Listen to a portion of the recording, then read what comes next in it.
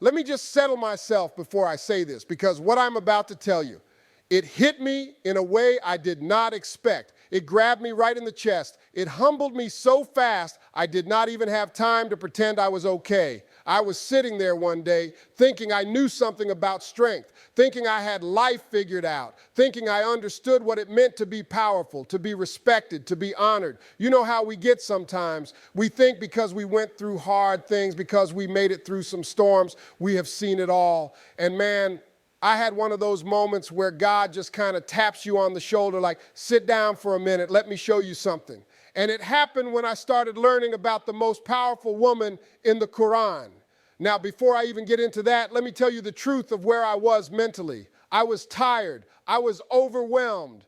You ever get to that point where you keep giving and trying and pushing, and you look around like, man, well, why does this feel so heavy? That was me, carrying stuff I did not need to carry, trying to fight battles that were not mine to fight. And someone mentioned her, Maryam, Mary, and I thought I knew her story already. I grew up hearing her name. I heard people talk about her with respect, but I had no idea how deep her story goes in Islam. And when I finally sat down and learned, man, it shook me.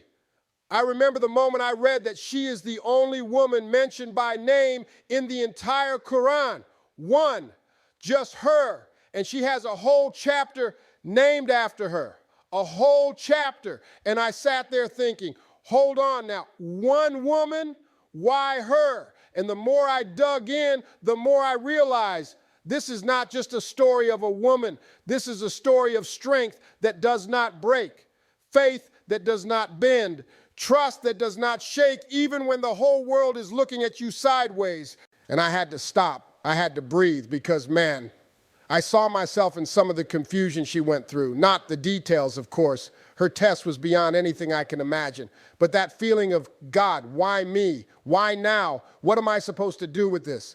Oh, I know that feeling. Maybe you do too. I remember reading about how the angel came to her and she was young and she was alone and she did not come from a place of disrespect or disbelief. She just came from being human. She asked how something impossible was supposed to happen. And man, if that is not every single one of us, we see something God placed in front of us, something that looks impossible. And the first thing we say is, how? How in the world am I supposed to handle this? How am I supposed to deal with that? How can this even be real? But then she surrendered. She trusted. She held on, even when it made no sense. And that hit me so hard, because if I am being honest, I do not always trust like that.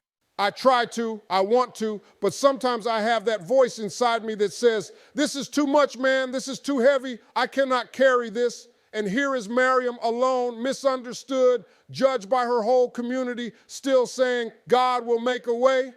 I sat there reading and I felt something in my chest get quiet. You ever feel that? Like your soul just stops all the noise for a second because you are witnessing real strength, not loud strength, not aggressive strength, not show-off strength, but that real, quiet, unshakable strength that comes from faith. I had to lean back from the page and just sit there. I thought about all the times in my life where I tried to fight my way through something, where I tried to force things, where I thought power meant controlling every little situation. And here is this woman, this one woman, teaching me that sometimes the strongest thing you can do is let go and trust God to handle it. And let me tell you something, that taught me humility real fast. Now, the part that really got me, was when she had to go through childbirth alone. I do not care how strong you think you are. No human being should have to face pain like that alone. And there she was under a palm tree crying out, not because she lost faith, not because she gave up, but because she was human. That moment, that made her powerful to me. That vulnerability, that honesty, that moment where she said, this is too much for me. And God strengthened her anyway. Man, I felt that deep, because sometimes I think we get this idea that being strong means never breaking down, never crying, never admitting you are weak. But her story, this story that God himself honored in the Quran, shows the opposite. It shows that strength and struggle can live in the same place, that faith does not mean you never feel pain. It means you keep moving even when you do. I found myself shaking my head, thinking about the women I have known in my life, their strength, their sacrifices, their silent battles. And I felt something shift in me, like God was saying, look again, really look, do not miss the greatness right in front of you. And then I learned something else that stopped me cold. In Islam, Maryam is honored as one of the greatest believers, male or female. Not one of the greatest women, one of the greatest believers, period. You know how powerful that is? You know how rare that kind of respect is in this world? Man, that humbled me. It made me realize how often we underestimate people because we do not see what they carry. We do not know what they had to trust God through. We do not know what mountains they had to climb quietly. I remember sitting there thinking, man, what if the strongest people around me are the ones I never thought to honor? What if the greatest examples of faith in my life were the people I took for granted? That question stayed with me because Maryam teaches you something that is not loud or flashy. She teaches you that real greatness comes from obedience, not applause, from purity, not popularity, from trusting God when nobody believes in you, from standing your ground when people whisper about you behind your back, from staying true even when the world paints you as something you are not. And as I sat with that lesson, I felt myself getting quiet again, not emotional quiet, spiritual quiet. That quiet where you realize God has been trying to teach you something for a long time, but you were too busy being grown to listen. Let me tell you something. There was a moment when I was reflecting on her story where I had to admit I am not as strong as I thought, not as patient as I thought, not as trusting as I should be. And honestly, that honesty broke something open in me in a good way, because the more I learned about her story, the more I saw how much I needed to humble myself. How much I needed to stop trying to solve everything with my own hands. How much I needed to say, God, I cannot do this without you. I had moments in my own life where I felt alone, where I felt misunderstood, where I felt like if one more thing went wrong, I would not be able to hold it together. And in those moments, looking back, God always sent me something. Maybe not a miracle, maybe not an angel, but he sent something, a person, a moment, a reminder to help me through. And when I read about how God told Maryam to shake that palm tree, shake it, and dates would fall, man, that scene taught me something so deep. God could have dropped those dates right into her lap. He could have fed her without her lifting a finger, but he told her to shake the tree anyway. That taught me God wants you to try. He wants you to put in the effort, even when it seems small compared to the size of your problem. He wants you to show up even when you feel empty.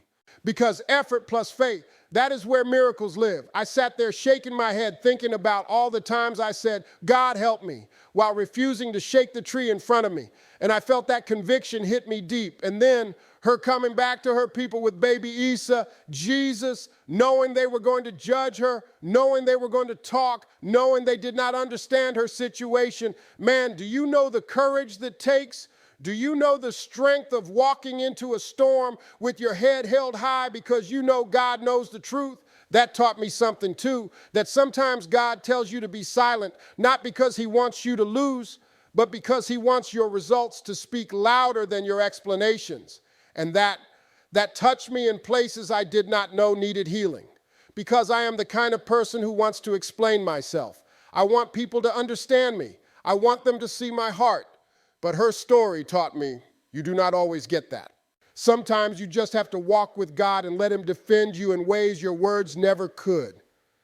As the story unfolded, the more I realized this is not just a woman who carried a miracle. This is a woman who carried faith, carried dignity, carried silence when she wanted to shout, carried patience when she wanted relief, carried trust when everything looked impossible. And man, I felt so small next to that, in a good way, like God was reminding me what real power looks like. Not being loud, not being famous, not being admired, not being the center of attention. Real power is trusting God when you are standing alone. Real power is keeping your character when people talk about you. Real power is staying pure when the world around you is trying to pull you in every direction. Real power is walking with God even when you do not understand his plan. And if we are being real, that is hard. That is hard for anybody. But Maryam did it, and God honored her in a way that shook me straight. I thought about mothers, sisters, daughters, women who carry burdens they never talk about, women who break and still get back up, Women who hold families together with faith nobody sees. And I whispered to myself, man, I need to do better. Better in honoring the women in my life, better in appreciating their sacrifice, better in understanding the kind of strength they carry. Maryam's story did not just teach me about her, it taught me about myself, about my lack of patience at times, about my fears, about my pride, about the way I sometimes rush through life trying to make everything make sense when God is asking me to just trust Him. And the longer I sat with her story, the more I realized this is a lesson in surrender, not giving up, not being weak, surrendering, letting go of the illusion that I am in control. Because if God can give strength to a woman standing under a palm tree in the middle of her pain, He can give strength to me in my weakness too. He can give strength to you. He can give strength to anybody who turns to Him sincerely. I remember closing the page and just sitting there. Sometimes the greatest lessons come from the people whose stories we think we already know. Maryam's story showed me that God sees you even when nobody else does. God honors you even when the world misunderstands you. God strengthens you even when you feel like collapsing. God lifts you even when you hit the lowest point. And at the end of all that reflection, all that emotion, all that humility, I walked away with one simple truth sitting heavy in my heart. Real power is faith, and that is enough for me.